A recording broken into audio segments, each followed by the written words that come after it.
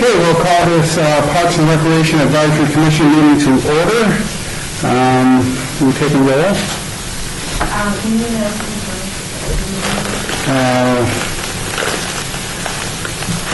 Has announcing the compliance with the open meeting laws, are we in compliance with open meeting laws? Yes, we are. And now we'll vote.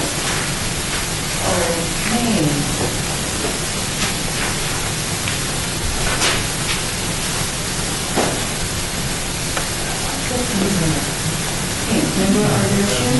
Yes. Member Lee? Here. Member Acker? Excuse. Member Bastian? Excuse. Member Lopez? Excuse. Chair White? Here. Vice Chair Buckman? Here. Member Sherman? Excuse. Member Kroger? Excuse. Member Farler? Excuse. Member McCurdy? Here. Member Teal? Here. Member Thomason? Excuse. Member Thompson? Here. Member Becker? Here. And now four. All right, thank you very much. We'll move into item number 3, public comment. Public comment during this portion of the agenda must be limited to matters on the agenda for action. If you wish to be heard, give your name for the record. The amount of discussion as well as the amount of time any single speaker is allowed may be limited. Is there anyone here for the public comment portion of this section of this agenda? Hearing no one. Oh, there. You are here. Are you here for the? Are you here for the public? Not a comment, no. Okay. He's here from the public. Okay, he's here from the public. Thank you very much. The two of you attending. We'll move to item number 4, variance item.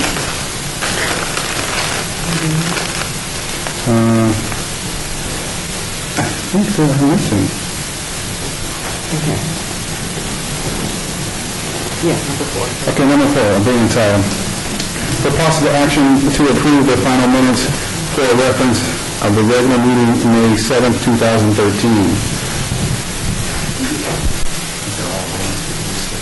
I'll move for approval. Motion has been made. Second. Motion has been seconded. Any comment or discussion? Hearing no comments or discussion. All in favor? Aye. All opposed? Ayes have it. Item number 5.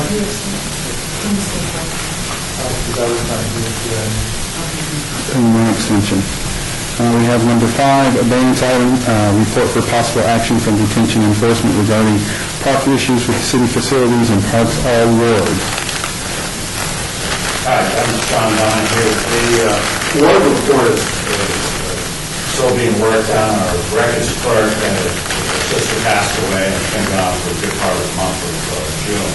Just returned this Monday. She was still in the process of working on a report. Told me won't be done probably until about the meeting law. So at this time, we don't have a report available. Is there anything that this commission can do in assistance to the park police? No, it's nothing comes to mind right now. The report's helpful if I have it, just to go off that information. I make mention of that because we're always looking to do something or at least assist the city in any fashion possible. Are there any comments for that? How did the Doolittle Park doing? It's, we've had incidents, but for the most part, it's doing pretty well. How about Roberta Johnson? Roberta Johnson, nothing comes to mind as of last month. But Doolittle gets a lot of attention. At least in my squad, and Boston's about camped out there all the time. So. How about the Huntridge? The Huntridge, we've had some calls over there, but nothing major.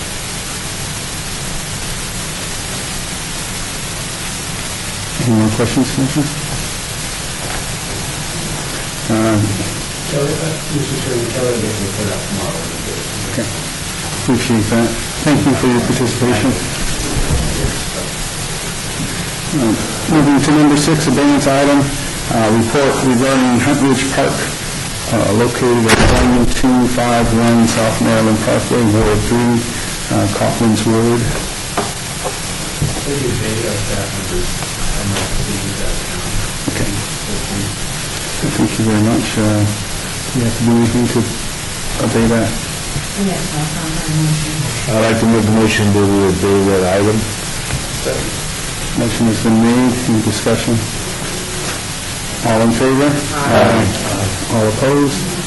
Ayes have it. We are obeying item number 6. Item number 7, report regarding the Lindsay Park utilization and programming located at 333 West Washington Avenue, Ward 5, Carlos Ward. Mr. Chairman, one of the Deputy Director of Park Recreation Services. I asked for the actual agenda this item in response to Commissioner Thompson's question during discussion 2 meetings ago. What I'd also like to do is just quickly read the letter that generated this being placed on the agenda. The letter is from Terry Hennessy, Chief Executive Officer, Senior Softball USA. It's in response to the tournament that they had here. Just for the record purposes, and so we can all stay on the same page. And because it says something nice about me, I wanted to read it. First and most important, we'd like to compliment the city staff, especially Lonnie, Mickey, and Joe, who responded to our questions and concerns. Most of the problems were caused by a dysfunctional procedure that was significantly hampered by inadequate weekend staffing. We appreciate being allowed to use the facilities for our tournaments and not jeopardize the ability to use city fields in the future. In any long-term relationship, we've been using the city fields for more than a decade and believe honest and candid conversations, suggestions that essentially maintain an effective partnership. Subheading procedural problems. This is far and away the worst, more complicated system we've encountered in 70 cities in the U.S. and in many other 30 countries in which we've done tournaments. We were required to fill out a 50-page application, attend a mandatory planning meeting, and make a payment after we leave the mandatory meeting. We cannot make payment at the meeting, then go to City Hall, sign up our permit after the payment is made. I've got to believe lawyers involved in running the process. Suggestion, follow streamline route procedure, appended to the county or any of the 70 cities we deal with when we're in softball complexes.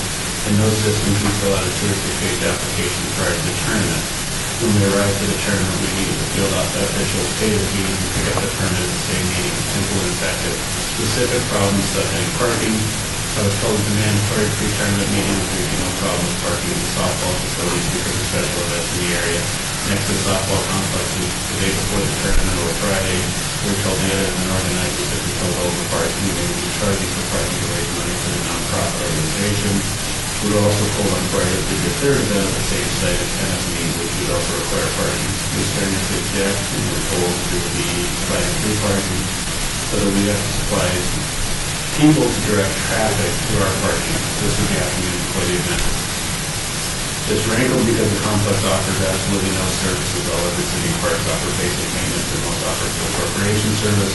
So now we have to provide more personnel directly to parking, as well as to clean the bathrooms, collect the garbage, and do the field prep.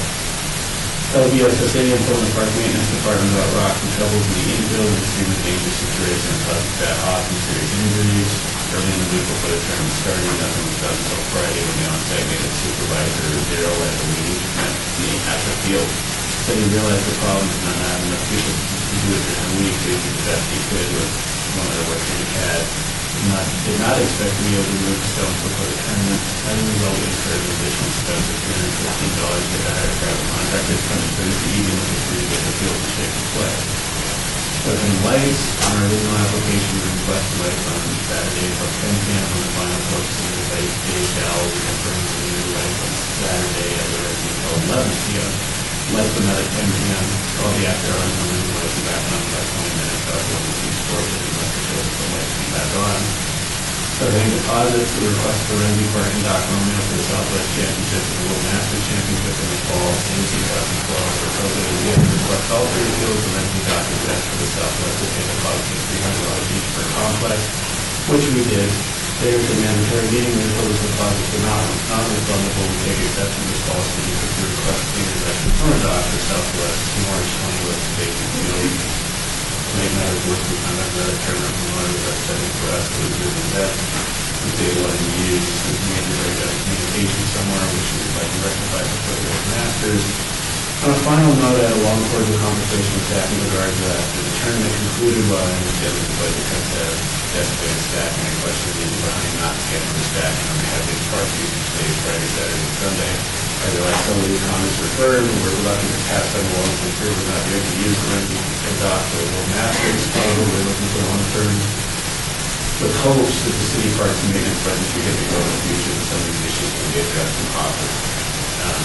If you would, I'd go just point by point on those large topic areas to address. The first is Mr. Hennessy addresses twice, so he's worried about being so candid and that we would somehow not make the bills available. We recognize the 10-year relationship we have with them, and that's not, we actually appreciate the candidness. Procedural problems, the majority of this board has written the entire audit process out with us. We realize it's a cumbersome process. We still have 5 audit items that are open. We're currently working with ISO Consulting to look at our policies to try to condense those, but I think the reality is important for this board so that we're all on the same page. As well as our goal in the next 18 months to condense those policies.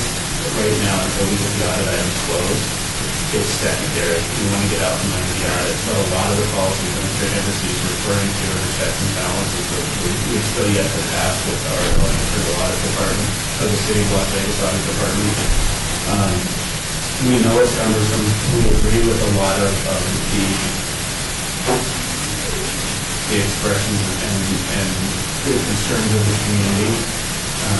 But very difficult for us as a department right now to try to change policy because if we changed it, then we haven't passed the audit. So we're trying to get out from under the audit, get everything closed behind us, and then working on efficiencies.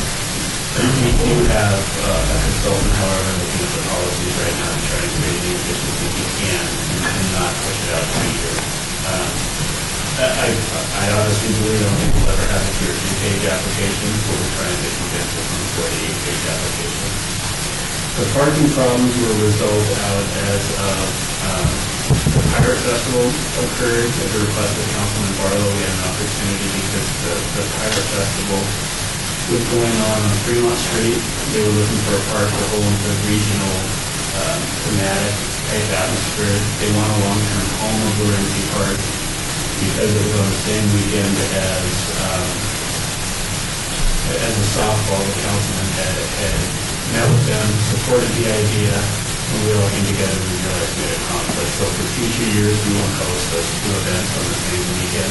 It was a perfect from the lack of communication between the special events office and the sports office. So that is that we found out. We realized that it had been a dual program the day before. The tennis center in there, most folks realize, is operated by third-party Twin Lake. I think for perfect disclosure, we communicate to them when we have special events, but we do our very best not to ever shut the tennis center down, only because by a third party operating it, it offsets the cost of our operating it. On a typical weekend, we can coexist.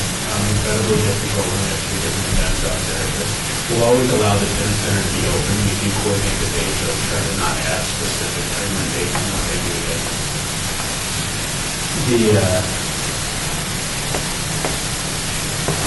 The maintenance department, Daphne is not here, she's on vacation this week, we will provide every other city staff member between our 2 departments, but I don't know if when I at the conclusion of member comment, I believe you had a follow-up conversation with Daphne regarding the... I did, no, If you want to report on that, I do want to address, because it was brought up later on, that from a parks perspective, and although I'm not Daphne, one of the reasons they don't staff parks on Friday, Saturday, and Sunday is because it takes the majority of their staff Monday through Thursday to cut them. They only have, or to cut and maintain the fields. So they have a very skeleton crew on the weekends. It's another one of the reasons that they don't provide the field maintenance and the trash cleanup that the other municipalities do. They've chosen to focus their manpower on the maintenance aspect of parks and not the cleanup aspect of parks. In many of the briefings, and it's a philosophical decision that they made. We are well aware that we're the entity of the valley. It requires our users to do that. Again, from the park recreation services side, it's another part of another philosophy on how they apply their trade. So I don't.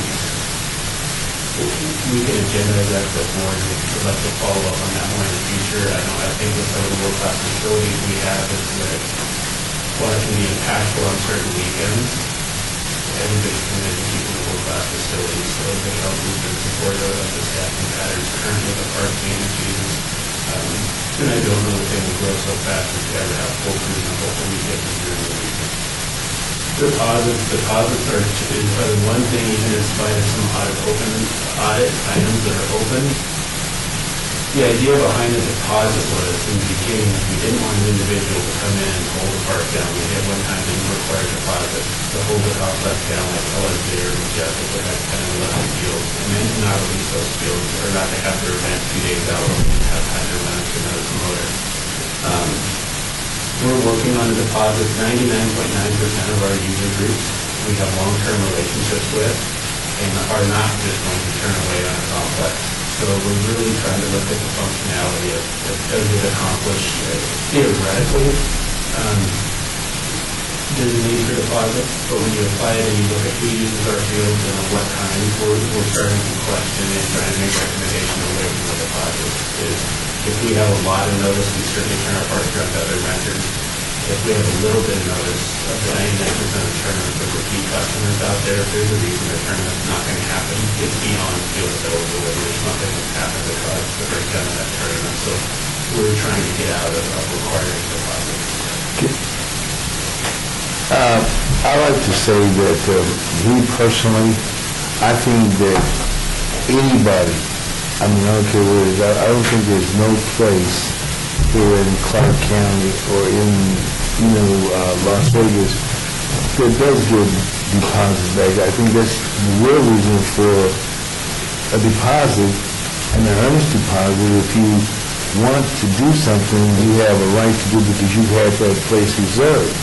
And then for me to walk in and say, I want my money back because of this and this, you don't give the opportunity to rent that facility, even on sometime long term, because it just depends how big the event is from the beginning. I think if I could just agree, one of the frustrations we hear is ours isn't a typical system, is if you leave a deposit, and for simple numbers, let's say you leave a $100 deposit for a $1,000 bill. Typically, when it came to the pay, your 100 would actually only owe us $900. Right. That's how high 99% of all businesses work. Right. Our system right now, what happens is you owe us $1,000, and you leave a $100 deposit. When you come in to pay, you pay me $1,000, and we refund the $100 to you, which is 6 weeks out. For an individual transaction, it's not too big a deal, but for corporate transactions, particularly with some people on an annual year and some people on a fiscal year, such as we are, it's very difficult in the bookkeeping. It's rarely the $300. That's how we process it, and it's not as clean when it comes out in people's books. I think that's typically the frustration. And it's one more step. The other thing that Mr. Hennessy has brought up is when you meet with our office, you can't pay your bill. You go down to the fourth floor to do that. And from a Parks and Rec perspective, I love that because we have taken so much criticism for the way in which we handle cash. That's very good for my staff. Checks don't get lost, and money doesn't get lost. For the consumer, very difficult though because it's one more stop in addition to business licensing. So we recognize that. I think it would always be my recommendation from the park side though, as much money as we keep out of our staff hands, we try to, particularly the large amount of municipal sports. If you're talking about at a center, somebody pays $55. It's very different than my sports staff who might take a payment of $25,000. So we let those transactions go through the windows. I think we have missed the point. I think the letter indicated that there were 2 sites that they were charged a $300 deposit for that were suggested to them, and then they were not used. The letter indicated. Yeah. Was that their miscalculation, or was that? Can you speak to that? I think 99% of our interactions I blame the user group for misunderstandings, but I'm hesitant with our deposits because there are complications in the grouping. The other thing that gets us a little bit out of our comfort zone is because of the nature of our relationship with Big League Dreams, we are not allowed to accept tournaments until Big League Dreams either turned into us and allowed us to release field or become part of the event. So while we perform the same transactions 10,000 times for every other sport. We probably do softball tournament registrations 4 or 5 times. It's very close. The one thing that I'm not certain about in the letter that I would probably contest is just the reference to a third party having interest in the fields and being upset with. Not knowing who that was, it's hard to believe because Nelly turned the fields over a few times a year to other third parties that are released for Jiggly Green. But that's neither here nor there. If we had parks blocks that were unavailable, they would have been unavailable to baseball and that too. But from this is something we need to be able to correct. If you simply want to come in and use the remedy, you shouldn't have to book a dock again with veterans for that. The thing I think we were square, and I'm assuming it's $7,300 was reimbursed per complex, but if that helps in the future, I need to look into it. That's what I was asking, whether or not we had looked into that or consulted. I don't We were at fault. anticipate that this will be a problem. One of the biggest, while there are several things that are concerning pulling off a perfect event, the biggest challenge was that we had 2 events, and I don't count the tennis center as a big one, but we actually had 3 different distinctive organizations planning events there, but having a community festival at the same time you're having a softball tournament, that dual booking of the facility adds significant complications. Thank you. Are there any more questions? As far as I know, we do not pay a deposit to any of the other entities in the valley for the use of the fields. We pay for the field rental and et cetera, but we do not pay a deposit. Okay. And in reference to what Ronnie was saying, it might indicate, and I don't know whether everybody's aware or not of how big a tournament this is. That one wasn't really very big. It only had 143 teams. The fall tournament will have over 500 teams. We had 446 teams last year, and we feel like that's a fairly big economic boost to the town, and we need to have maybe some consideration to help get this put on without the problems that we had. And like I say, the other entities in the valley have seemed to allow us to use the fields with less restriction than the city does, and I understand the problems that the city has with the staffing and the current budgets, et cetera. But some of the other entities have somewhat the same problem, but we seem to have a better Commissioner Thomas, I think part of what Lonnie is saying is they've gone through an extensive audit, and we can't leave, we won't have an audit, or we won't have a quorum. I think what Lonnie was saying from the city is that they've gone through a considerable audit to look at some of these issues that were being presented to them, and they had a large meeting in which we were kind of blindsided by to talk about for the community to talk about some of the items that were presented in the finding.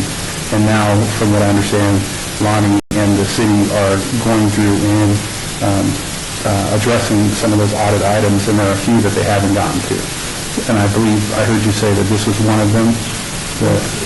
I think to be fair for understanding too, part of it is we've taken a very, in short, the audit items, there were some things that I will admit were very fast to release on. One of the things we did, because each of you was involved with sports as well as our other 100,000 users here out there, is the demands and requests are so diverse, is we were intentionally very loose on policy. The more refined your policy gets, the harder it is to actually do business. When the audit looked at that, it called that into question, our kind of fast and loose approach and our very liberal approach to not having a lot of black and white. As a response to both the audit items, we've become very black and white, about 60 pages.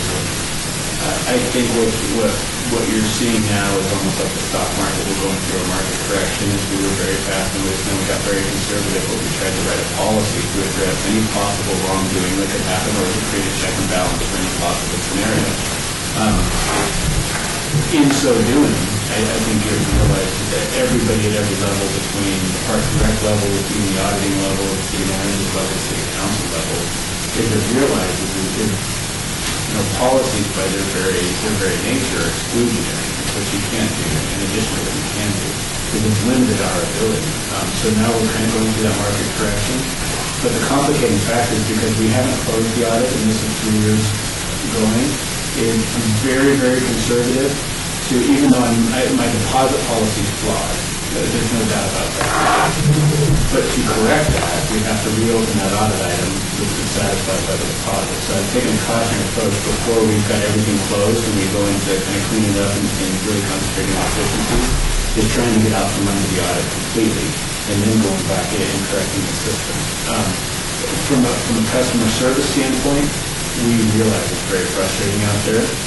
But from an operational standpoint, the quicker we can close the audit and satisfy the concerns of the city and the auditor, I think the better we'll be, because all of our staff is thinking of duality right now, programming and audit compliance. A strong system has your audit compliance built into it. It doesn't have to be a constant thought about how to apply your trade. So, but at the same time, too, knowing that this is a lengthy process, we do have ISO consulting taking a look. We've got some redundancies in our policies, and if you actually look at it close enough, one requirement could lead to future audit compliance in another because they're so closely related, but not at the same time specific. So we're looking at some of the things that are voluminous requirements that might lead to more significant problems down the road about it. So we've got folks looking at that and trying to clean it up. The other thing is a lot of us have lived this for the last 10 years. We really needed an objective set of eyes on it rather than one of our user groups or my staff or myself to look at it. We asked that third party that's not based here and doesn't do business with us to just take a look at it from a policy perspective and see how much sense it made both for the internal controls and for the user group. That was kind of the thinking behind that. And I understand that the audit is causing the problems, but the audit isn't causing the problems of all of the items that you mentioned. No, without a doubt. I think that the concentration where we get the most consternation is that the policy procedural aspect of the 60 pages of the multiple trips to City Hall. The audit's certainly not responsible for field conditions or for the way that the staff is maintained at on the park side. Does the outside people you were talking about, do they investigate or lend any credence to the fact that other entities in the valley don't do some of the things that they are now requiring? I think they do. I think we're going to kind of go down the rabbit hole just as Judge Watsky, and I don't know if Parks is wrong. I have to be very fair and forthright because Parks maintenance isn't big. One disadvantage of having Parks maintenance and Parks programming in different departments is for Parks maintenance to hit their goals of maintenance, and just say their goal is B+ to A+. I won't meet my goals of programming the fields and the revenue goals. While we have very good rapport with Parks maintenance and they're wonderful to work with, our operational goals, one of us is not going to get our goals. If I pack those fields and get the most maximization and use out of it, they'll never keep the conditions and wear and tear off. If they keep the fields as pristine as they want to, we'll never get the programming and the revenue. So we have a lot of dialogue about that. But being in different departments, we're not always in lockstep. And it's the same with, because they're concentrated on standards, is their idea is, and this is a philosophical discussion too that we can probably talk about for a long time. Their idea is for the tournament organizer, you come in and you bring an event to the park.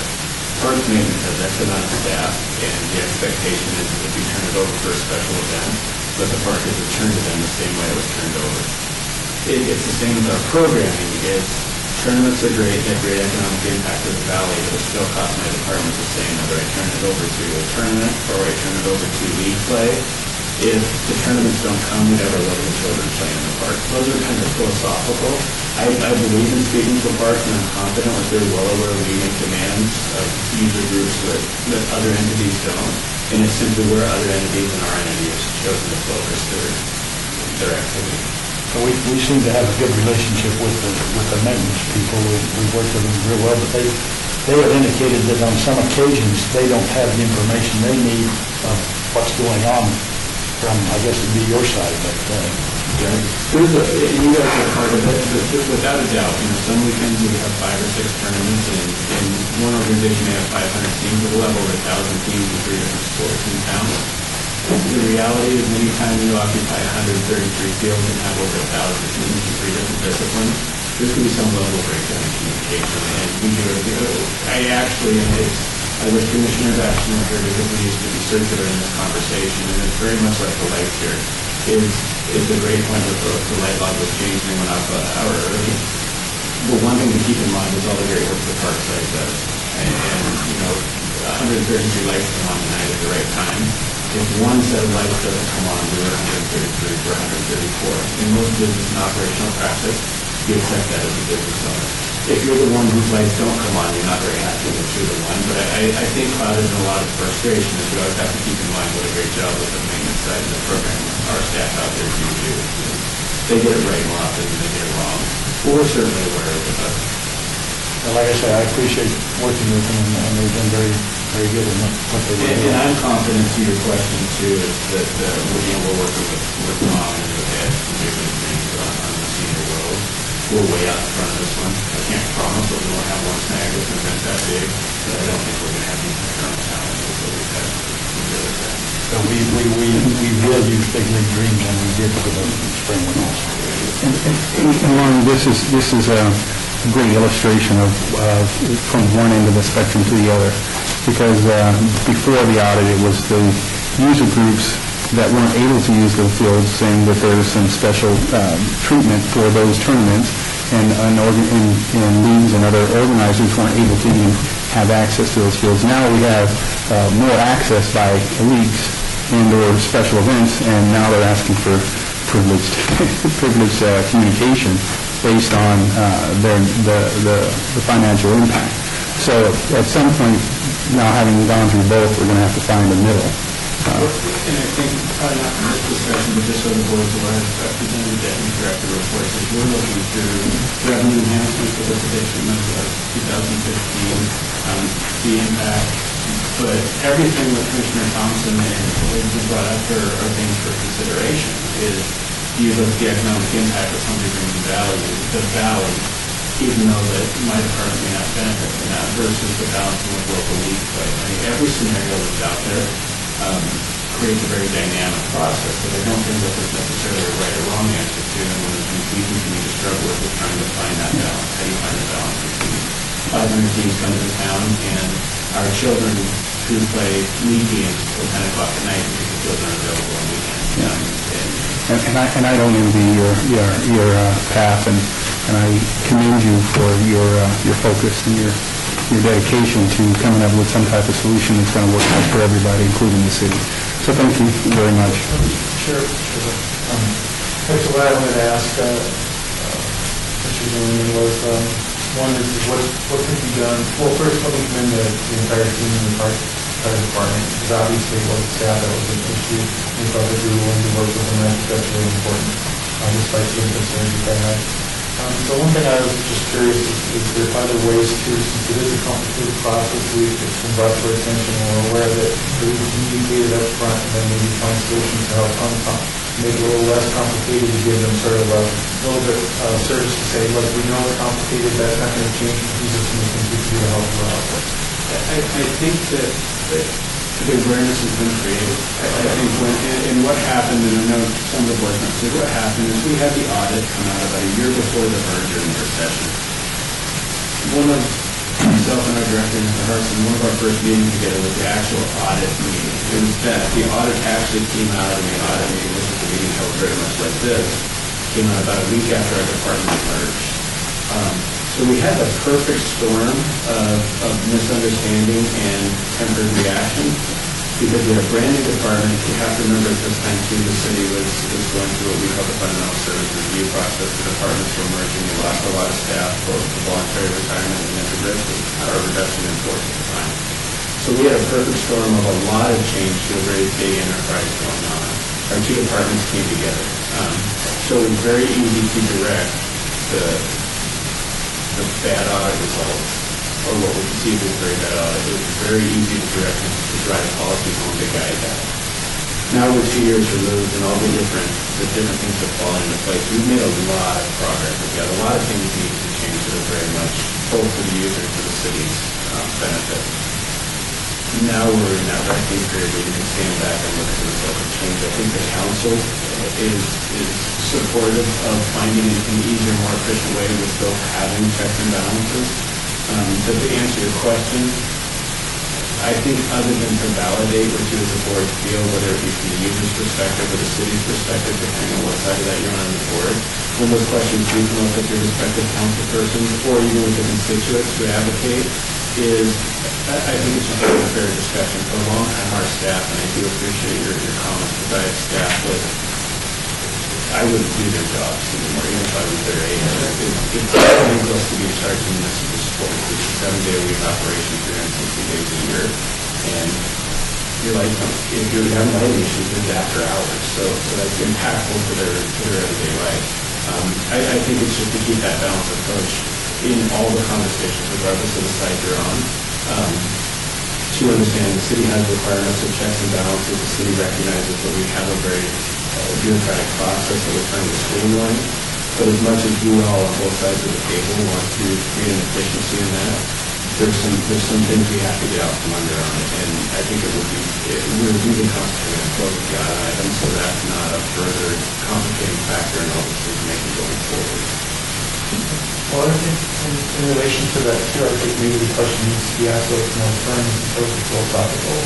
This weather seems a little, and I know you have infrastructure going on that has an impact, and I know there's the economics which hasn't been factored in, also reputation management, and mitigation for problems that people have, because when you use big sporting events, that can also be another factor. So I think there probably needs to be a relation developed that's a little bit more hardcore if you're trying to balance maintenance goals with revenue goals. Because if revenue is extremely important to the city of Las Vegas as well as its reputation, then that might outweigh some of the maintenance goals, which issues in those particular cases. And if there was maybe a clear-cut way to take that out of the philosophical approach, and that's something more concrete to say, well, this is why that after a big event like this, maybe C plus on maintenance is acceptable, as opposed to, the other maintenance that we're trying to achieve, which is maybe D plus maintenance. And I think that, this is probably more going into philosophical than even kind of important, Mr. Chairman. But one of the challenges the city has is we're not priced correctly. Tournament pricing, I truly believe, is close to correct because we have a higher fee and we have our unique pricing at $3 an hour per field is the subsidy that the general taxpayer pays for that experience of whatever we're choosing it. And at $3 an hour, it's not enough of a deterrent. And I'll give you an example of when we're doing big business, it's both from the product side that's delivered, whether it be softball or baseball, we as a city want that organization to do a good job.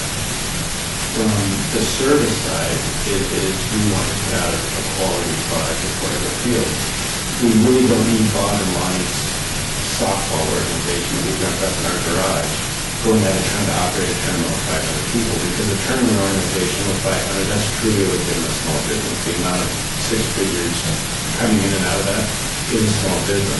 One of the fundamental problems we have with a skewed fee structure of $3 an hour is that it's not enough of a deterrent for people. We can really dig in our pockets, and I've probably got a couple hours worth of field usage in my back pocket right now. So you don't have always quality organizations that are running. One of the things that we can do is self-sustain the process. If we could correct some of our fees, not to be a deterrent not to use our field, but that people, one, either really want the facility if they're going to pay the appropriate fee, or two, is that it's a deterrent from organizations that are not really invested in playing on a softball tournament as much as trying to make money or as trying to be an event promoter as opposed to delivering the service. So that's one of the things to figure out. Fees are a very sensitive subject, but if you look at the science behind it, and I'll stop the conversation after because I probably need to come in and actually report out on where we are in fees. But if you look at the science behind it, it's we lose money by turning on the light. We probably shouldn't do that for the general taxpayer.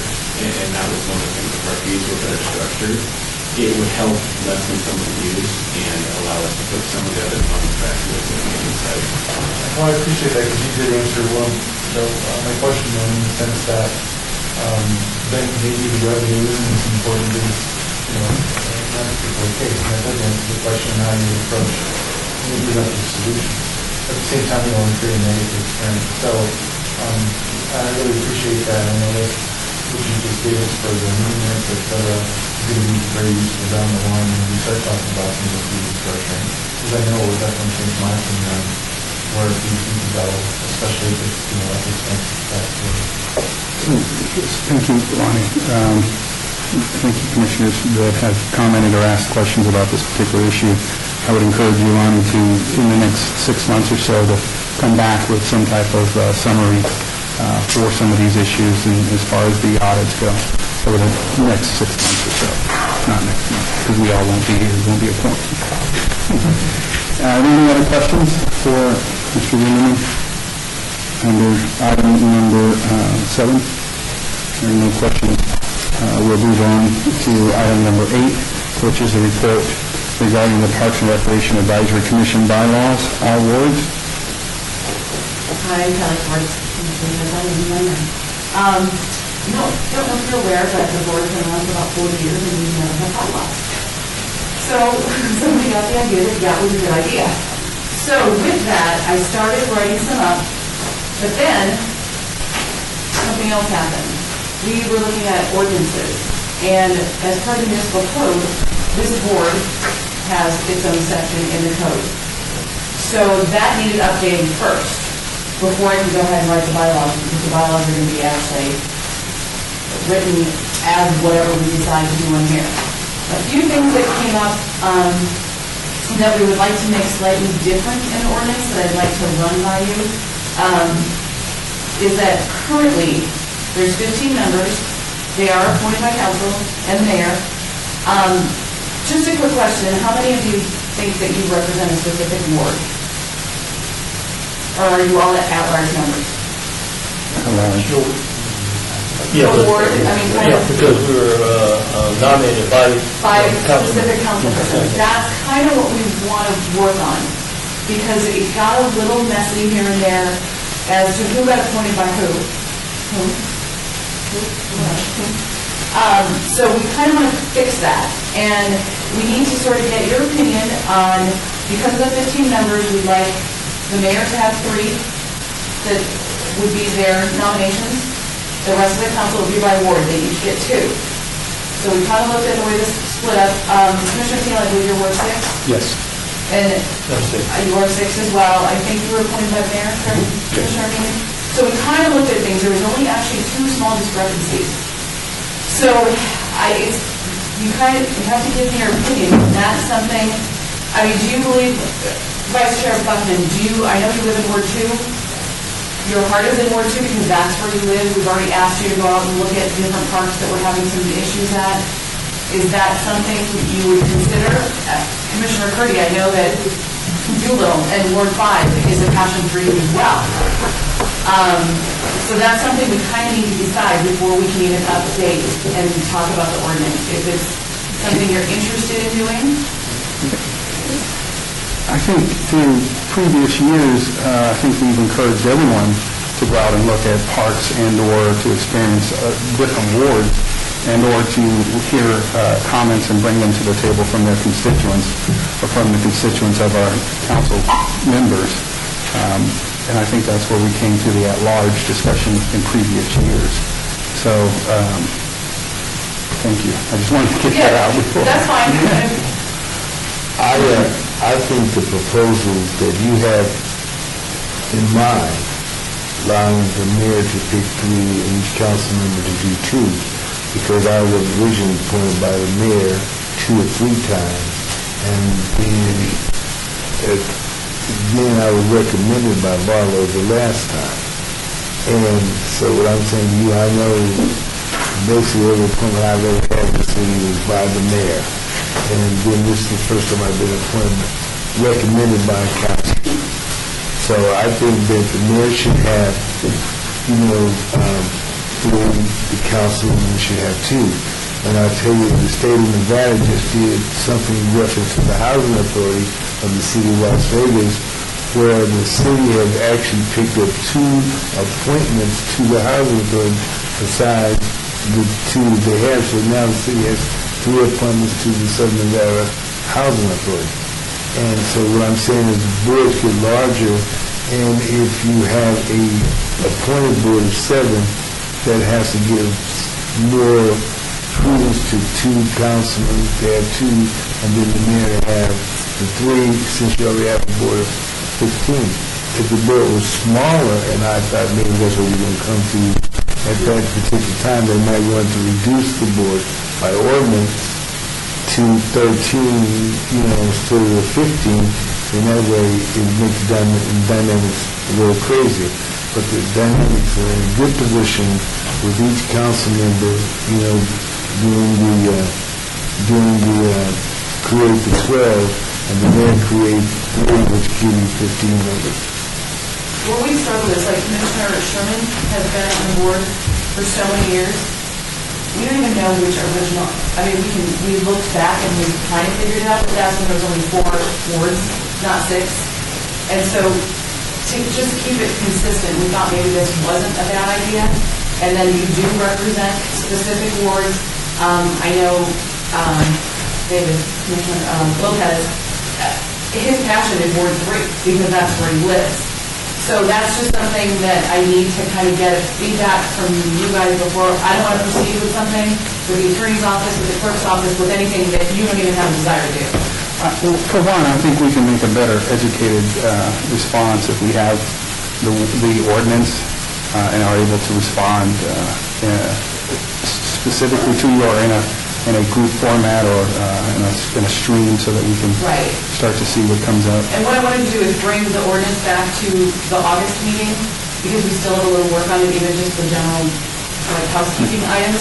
So we would put that on the August one, and then I would like to put the bylaws back on in September.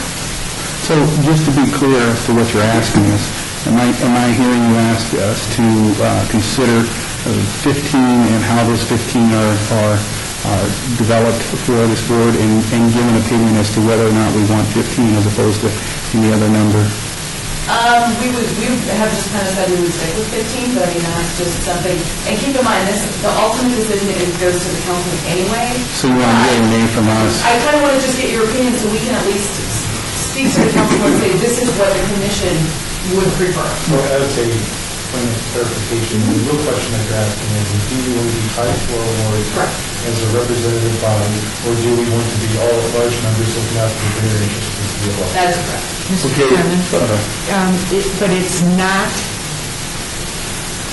it's not unusual for somebody to not live in the city of Las Vegas and sit on this board. And that's, we've continued to keep that in this ordinance, and that was a proposal as well, that you do not have to live in the city to sit on this board. But you know one thing, that is very contradictory as far as I'm concerned. Because in order to be a city councilman, in order to be the mayor, in order to be the constable, in order to be the sheriff, in order to be wherever you're elected or appointed to by state law, that you are to represent certain amount of constituency in this area.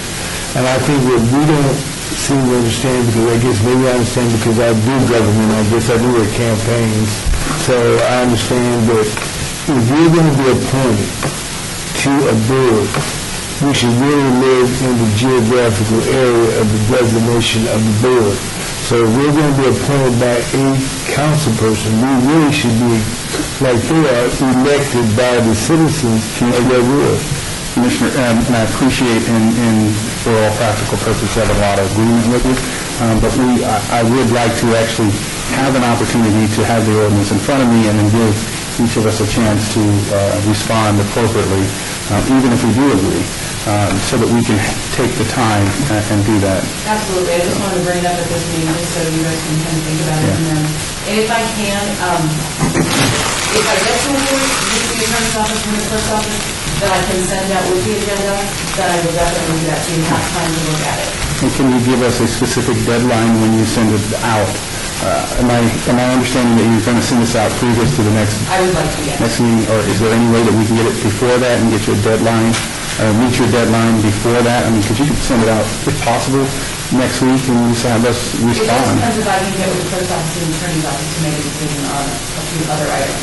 So I would encourage you to do that, and whenever that opportunity presents itself, do it as quickly as possible with a specific And then you deadline. can review, and then we can at least have a discussion at the next meeting. Yes. through the chairman, I'd like to make this clarification to the chair. I would not specifically say that's what you have to do.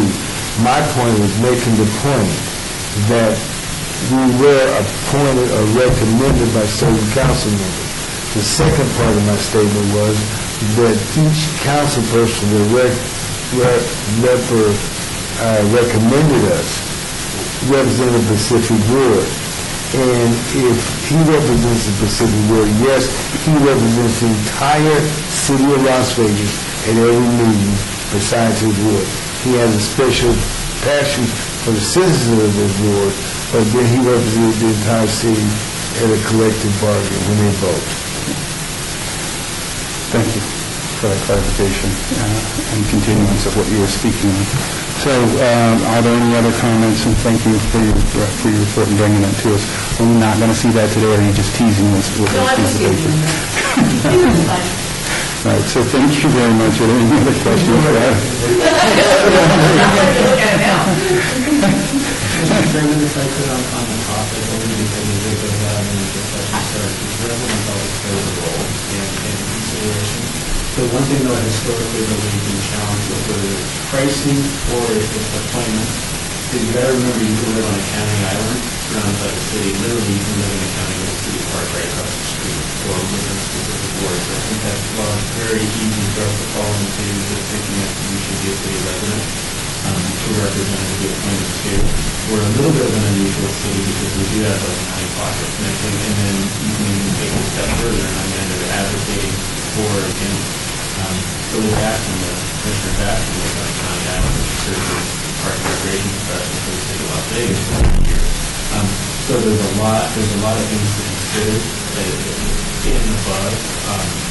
Just what you just consider, and I think like most important is that begin to think those things, is think specifically, even in the sports world, is we have often talked about should our residents get a price break as compared to somebody who's intended to use our services.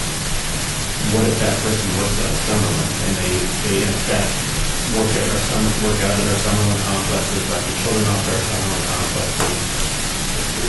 They live 50 hours a week in the city of Las Vegas through the vocation and through the recreation. That's one of the considerations. So just to put that out there, that you guys begin to deliberate, because I think it will have some pretty impactful. Can you also put in with this also how the boards are selected in the municipalities that have park and recreation boards, to also give us a feedback how they are selected by their various jurisdictions? Are there any other questions, statements, comments for this item? Any other statements and comments? I think our agenda is a little bit backwards because we have the adjournment before the citizens' participation. So we'll You can take items out of order. we'll take number 10, citizens' participation. So citizens' participation. Public comment during this portion of the agenda must be limited to matters within the jurisdiction of the commission. The subject may be acted upon by the commission unless the subject is on the agenda and is scheduled for action. If you wish to be heard, give your name for the record. The amount of discussion on any single subject as well as the amount of time any single speaker is allowed may be limited. Is there anyone here for the citizens' participation? Are there any citizens that would like to speak or say anything? Hearing no participation, meeting adjourned.